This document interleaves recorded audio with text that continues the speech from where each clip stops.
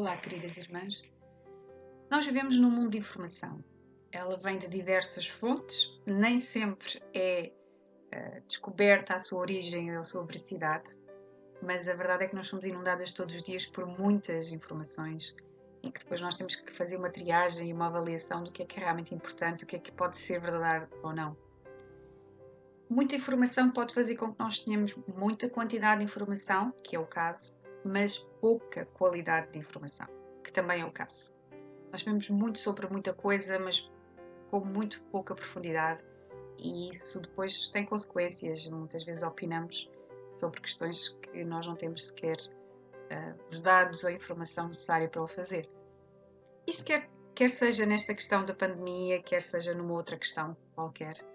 Mas é importante que, mais do que termos informações sobre questões temporárias, como é o que estamos a passar agora da pandemia, é importante nós termos informações eternas acerca de quem é o nosso Deus e nós fixarmos isso e nós agarrarmos a isso, porque isso tem consequências na maneira como nós agimos e reagimos e interagimos, e é importante que nós tenhamos isso bem vincado em nós.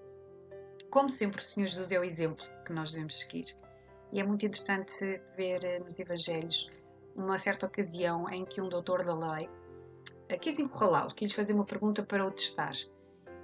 Era uma pergunta astuta, porque os judeus tinham muitas leis, muitos mandamentos.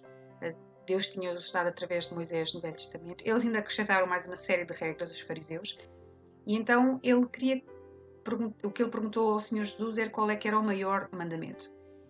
Porque isto era uma discussão frequente entre eles e não chegavam a conclusão nenhuma, porque não conseguiam condensar as coisas. Mas o Senhor Jesus conseguiu. E conseguiu condensar toda a lei, sem deixar nada de fora, em 2 mandamentos. E eu penso que vocês conhecem bem essa passagem, mas eu vou-vos ler. E em Mateus 22, versículo 37, diz assim: E Jesus disse-lhe, quando condensou os mandamentos, que eram estes: Amarás o Senhor teu Deus de todo o teu coração, toda a tua alma e todo o teu pensamento. Este é o primeiro e grande mandamento. E o segundo, semelhante a este, é: Amarás o teu próximo como a ti mesmo. Destes 2 mandamentos dependem toda a lei e os profetas. O Senhor Jesus conseguiu condensar, porque ao condensar e ao concentrar e ao resumir tudo, ficaria muito mais fácil para qualquer pessoa perceber, porque sabia que eram estas 2 leis que se eles seguissem estes mandamentos, eles estavam a obedecer a todos os outros. E este é realmente o segredo para a nossa presente situação de tanta informação. Nós temos que reter e resumir e concentrar aquilo que é realmente importante e agarrarmos a isso, porque é muito mais fácil nós fixarmos.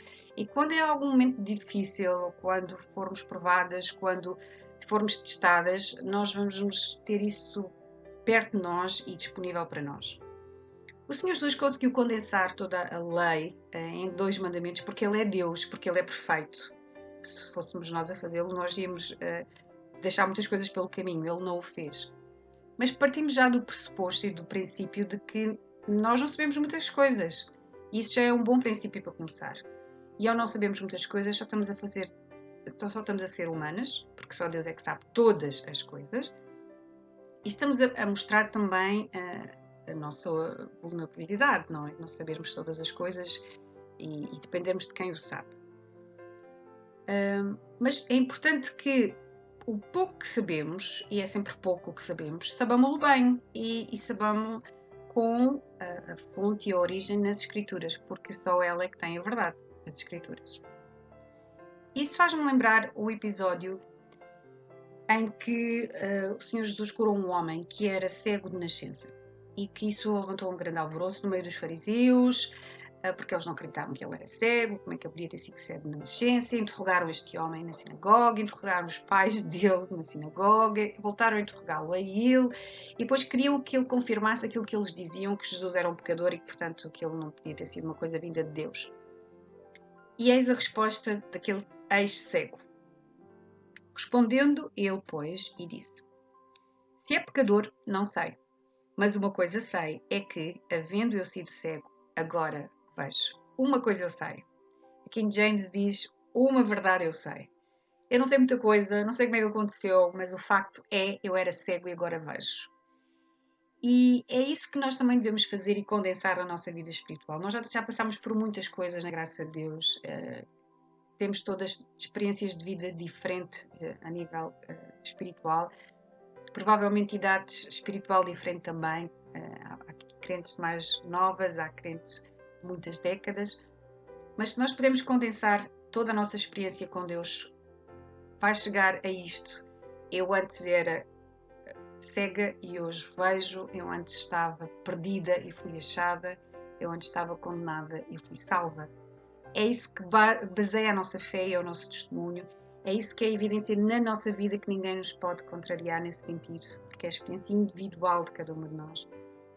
E quando nós condensamos e condicionamos o Evangelho puro disto, isso leva-nos à gratidão, isso leva-nos a nós agradecermos ao Senhor pela sua salvação, isso leva-nos a ver como nós precisamos encarecidamente dele, isso leva-nos a ver como Cristo é a base de tudo, irmãs.